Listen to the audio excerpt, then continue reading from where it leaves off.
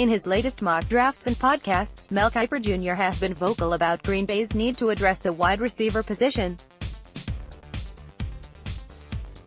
The shakiness at the position a year ago, on top of the contract extension given to Aaron Rodgers and departure of Randall Cobb, offered three very important factors in Kiper's recent decision to give Ole Miss's DK Metcalf to Green Bay with the 12th overall pick.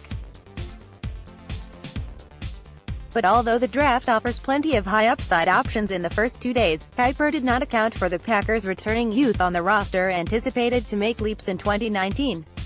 Of course, Green Bay drafted 3 receivers in 2018 and the expectation is a more consistent output in year 2. Marquez Valdez-Scantling and Equanimous Street Brown showed spurts of potential at opposite points in their rookie seasons. They each leapfrogged the man picked ahead of them, Jamon Moore, en route to displaying their size-speed combinations. While the jury is still out on Moore, whose issues catching the ball covered up his ability to gain separation, he offers quiet similarities to a young Davante Adams in his strengths and struggles. Moore, like the other two, is far from a finalized product and a full off-season with an NFL coaching staff should help him improve his focus issues as a rookie.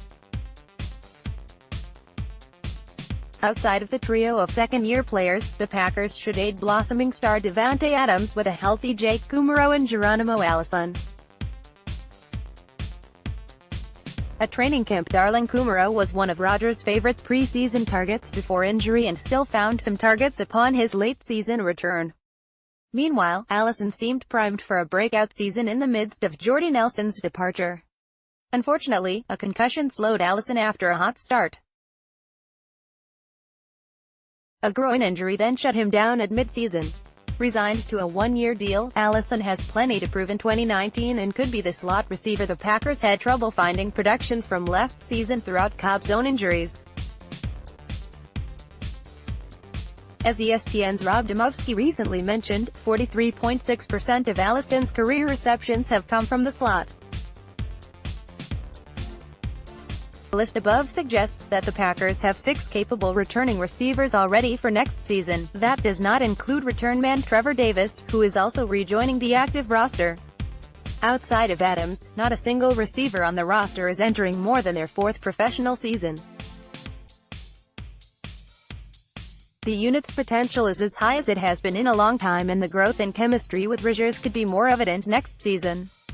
With Matt LaFleur's offense figuring to promote balance, after demonstrated success in running the football in his previous stops, Green Bay's aerial attack should be a lot less predictable, especially in play action.